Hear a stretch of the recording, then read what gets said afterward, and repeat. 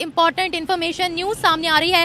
Recently जो पाकिस्तान की government की जानिब से एक इनविटेशन भेजी गई थी भारत को कि एससीओ मीटिंग अक्टूबर के मिड में होने वाली है, काइंडली पाकिस्तान आ जाएं। अब उसका जवाब आ चुका है इंडियन मीडिया के मुताबिक। और अगर हम पाकिस्तानी मीडिया की भी बात करें तो पाकिस्तानी मीडिया के भी मुताबिक 15 से 16 अक्टूबर को जो एससीओ मीटिंग इस्लामाबाद यानी कि पाकिस्तान की कैपिटल के अंदर होनी है, भारत के फॉरेन मिनिस्टर एस जयशंकर उसमें तशरीफ ला रहे हैं एससीओ मीटिंग को अटेंड करने के लिए। जी हाँ, ये एक बहुत बड़ी न्यूज है और काफी अरसे के बाद एससीओ मीटिंग पाकिस्तान के अंदर हुई है। एस जयशंकर का पाकिस्तान में आना कैसा जेस्चर है?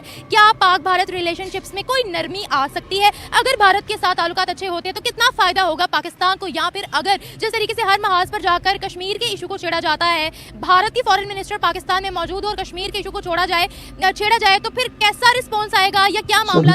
नमस्कार, सभी का स्वागत है हमारे मेगा न्यूज में। हमने कल भी एक वीडियो डाला था, डॉक्टर एस जयशंकर जा रहे हैं पाकिस्तान में, और आज भी एक वीडियो डाल रहे हैं। तो डॉक्टर एस जयशंकर जा रहे हैं पाकिस्तान और पाकिस्तानी चैनल पे जो रिएक्शन चालू है वो वीडियो हम देखेंगे। और हाँ, चैनल पे नहीं हो तो चैनल को सब्सक्राइब कीजिए, लाइक कीजिए, शेयर कीजिए। कि डॉक्टर जो है डॉक्टर एस जयशंकर पाकिस्तान आ रहे हैं एससीओ मीटिंग में। पहले बहुत सारे आर्टिकल्स थे जिसमें ये बताया जा रहा था कि वो उधर से कोई नहीं आएगा, लेकिन अब फाइनली ये खबर हमारे सामने आ रही है जिसे हर मीडिया जो है वो कवर कर रहा है कि डॉक्टर एस जयशंकर जो है वो पाकिस्तान आएंगे एससीओ मीटिंग अटेंड करने के लिए। कैसे देख लिया इसको? मुझे लगता है कि कोई भी अगर पाकिस्तान किसी भी वजह से आना चाहे तो वो बहुत बड़ी बात है, क्योंकि पाकिस्तान वो मुल्क नहीं है जिसमें कोई जाना चाहता है खुशी से।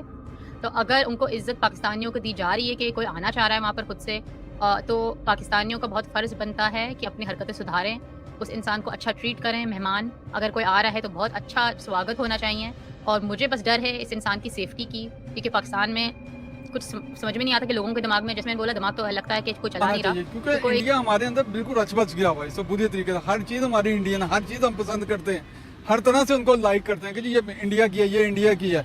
इसलिए उनसे मुज़ाकरात हमें करने चाहिए, मिलजुल कर बैठना चाहिए। और आवाम तो चाहती है कि हम मिल के बात करें। अब आलू लेना तो इंडिया से लेना है, प्याज लेनी है इंडिया से लेनी है, हर चीज़ इंडिया से लेनी है, फिर इंडिया से तो फिर उनसे मुज़ाकरात हम क्यों नहीं कर लेते, ताकि मिलजुल कर करें, अवाम का नुकसान ना हो, मिलजुल कर काम करें तो अच्छी बात होगी। मेरे मैं हैरान होंगी कि अगर वो आते हैं और अगर वो सेफली जाए, मैं उसके लिए दुआ मांगूंगी कि उनको कुछ हो ना, क्योंकि पाकिस्तान के लोग थोड़े से कुछ संकी भी होते हैं कि कुछ गलत समझ लें या इंडिया पाकिस्तान की दुश्मनी समझ के कुछ करें। तो सेफ्टी उनकी नंबर 1 है। अगर उनकी सेफ्टी को कुछ होता है तो बहुत बुरा होगा फिर। तो आई थिंक रिस्क है।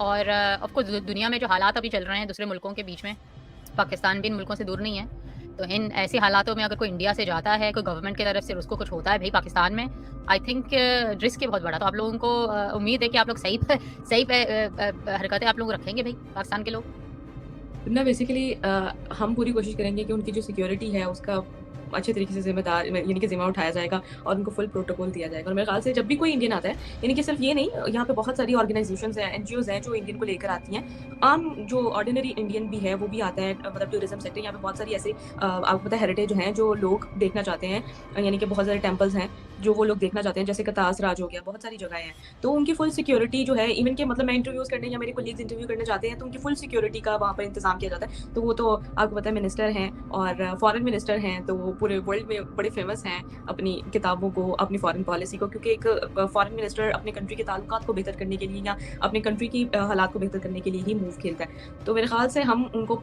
फुल प्रोटोकॉल देंगे और उनकी सिक्योरिटी का अच्छे तरीके से ध्यान रखेंगे। और मैं खुद भी जाके उनसे, अगर मुझे मौका मिलेगा तो मैं उनसे जाके सेल्फी लेने की कोशिश करूँगी, लेकिन इतनी प्रोटोकॉल यानी कि इतनी स्ट्रिक्टनेस होगी कि मुझे पता है कि हम जैसे ऑर्डिनरी जो जर्नलिस्ट हैं उधर जाकर वहाँ पर उनके साथ सेल्फी तो दूर की बात है, उनको देख भी नहीं पाएंगे। सबसे पॉजिटिव गेस्चर है, क्योंकि पहले काफ़ी टाइम से भारत ने किया था, डिले अपना दिया हुआ था, क्योंकि पहले पॉलिसी हमारी ऐसी हो गई थी, इस वजह से काफ़ी डिले था फ्रेंडशिप में। तो अब मेरे ख्याल से ये अच्छा स्टेप है कि इसमें कहते हैं दोबारा से हम कहते हैं हो सकते हैं एक थोड़ा बहुत, यानी कि जुड़ सकते हैं आपस में, थोड़े रिलेशन अच्छे हमारे हो सकते हैं, क्योंकि भारत हमसे बहुत आगे पहुँच चुका है, हमें उनसे कुछ सीखना चाहिए। तो ये अच्छा टाइम है। डॉक्टर एस जयशंकर का पाकिस्तान में आना ये पाकिस्तान के लिए कितना फायदेमंद साबित हो सकता है, ये बताएं। पाकिस्तान के लिए इस तरह के फ़ायदेमंद हो सकते हैं कि इनके जो फॉरेन रिलेशन आपस में वो ज़्यादा इंप्रूव हो सकते हैं। पाकिस्तान और इंडिया के जो बॉर्डर्स पे रेस्ट्रिक्शंस वगैरह लगी हैं वो थोड़ी रिलैक्स हो सकती हैं थोड़ा। शायद क्या पता, शायद आगे वीज़ा एक्सेस भी हमें मिल जाए और वो भी इंडियन भी हमारे पास आ सकते हैं, हम भी उधर जा सकते हैं। लेकिन सर, जैसे कि पाकिस्तान के अंदर आ रहे हैं भारत के एस जयशंकर, वो यहाँ पर आएंगे क्योंकि हमारी एक आदत है हर फोरम पर जाकर कश्मीर का नाम एक दफ़ा ज़रूर लेना।